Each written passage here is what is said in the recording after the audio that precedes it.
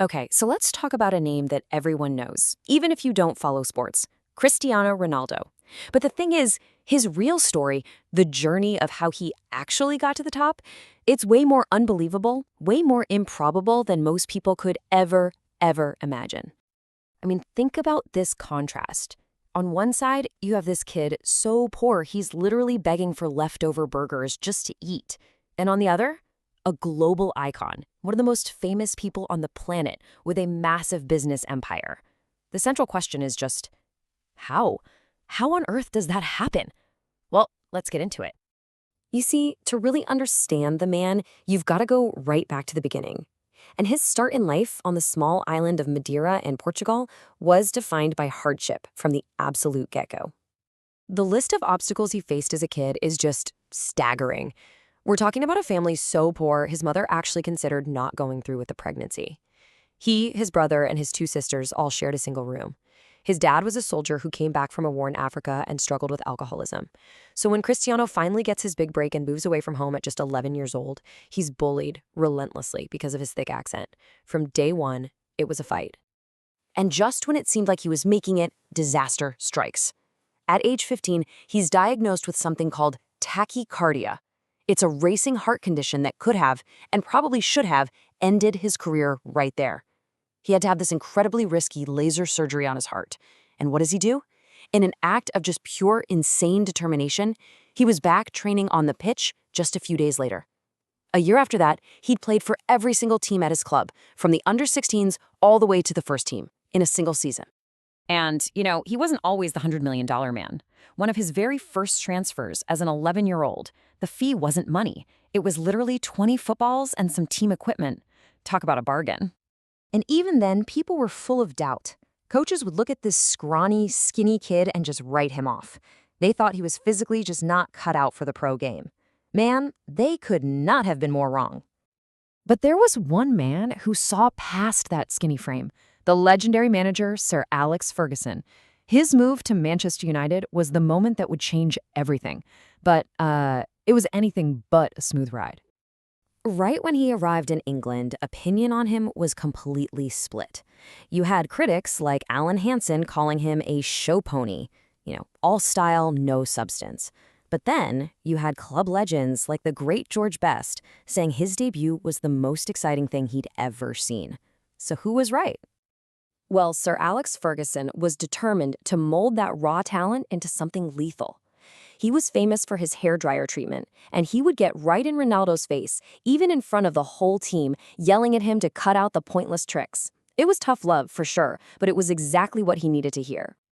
Then came the moment that really forced him to become mentally bulletproof.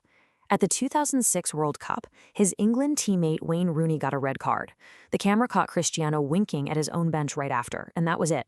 Overnight, he became public enemy number one in England. Every single stadium he went to, he was booed and hated. And what was his response to all that hate? Only one of the greatest seasons anyone has ever had in English football history. He had a personal debt with his manager to score 20 goals. He didn't just beat that, he scored 42. He went from being a tricky winger to a completely unstoppable goal machine.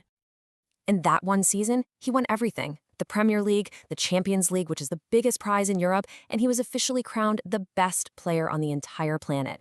The skinny kid from Madeira had finally reached the top of the mountain. But of course, he wasn't done. Not even close. He then made a move to Real Madrid that completely shattered the world transfer record, kicking off an era of goal scoring that was just absurd, and sparking a rivalry with Lionel Messi that would define the sport for a decade. So let's talk about that fee. 94 million euros. At the time, it was a world record, and it came with this immense, crushing pressure to deliver not just trophies, but to make history. And boy, did he deliver. To really get a sense of his dominance, we're just going to throw a few numbers at you, one after the other. First up, 450. That's how many goals he scored for the club. Now, here's where it gets truly insane. It only took him 438 games to do it. Just think about that. That is more than a goal every single time he stepped on the pitch. For 9 straight years. That level of consistency is almost hard to comprehend. And all those goals led to this: 4 Champions League trophies.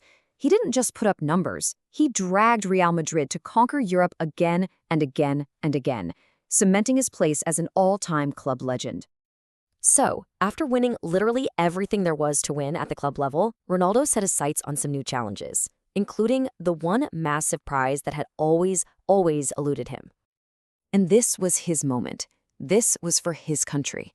In the final of the European Championship in 2016, he gets injured early. It's devastating. But instead of hiding away, he becomes this frantic, passionate second coach on the sideline, screaming instructions, firing up his teammates, and they pull off this impossible victory. It showed us a whole new side of him, the leader. After Real Madrid, he moved to Juventus in Italy, and by doing that, he achieved something that no one else has. As you can see here, he became the very first player in history to be the top goal scorer in the top leagues of England, Spain, and Italy. It was just more proof that he could go anywhere and completely dominate. So why would he leave Real Madrid, the biggest club in the world, at his peak? Well, in his own words, he felt that people at the very top of the club didn't see him as indispensable anymore. And for a guy who was driven by such massive self-belief, that was the only signal he needed. It was time to move on and prove himself all over again. So, after all the drama, all the goals, all the trophies, all the records, what's the ultimate takeaway from this incredible journey? What's the legacy? Well, let's just look at this number for a second. In the year 2023, at 38 years old, Cristiano Ronaldo was the top goal scorer in all of world football. He scored more goals than guys nearly half his age, superstars like Kylian Mbappé and Erling Haaland. His longevity is it's completely unprecedented. He hasn't just defied age, he has made it irrelevant. Which really brings us to the final question. We know he had incredible natural talent, of course, but when you look back at that whole story, the skinny kid told he was too weak, the teenager who needed heart surgery, the man who used pure hate as fuel, you have to wonder, was it the talent that made him great, or was it a relentless, all-consuming obsession with being the absolute best that forged him into a legend? It's something to think about.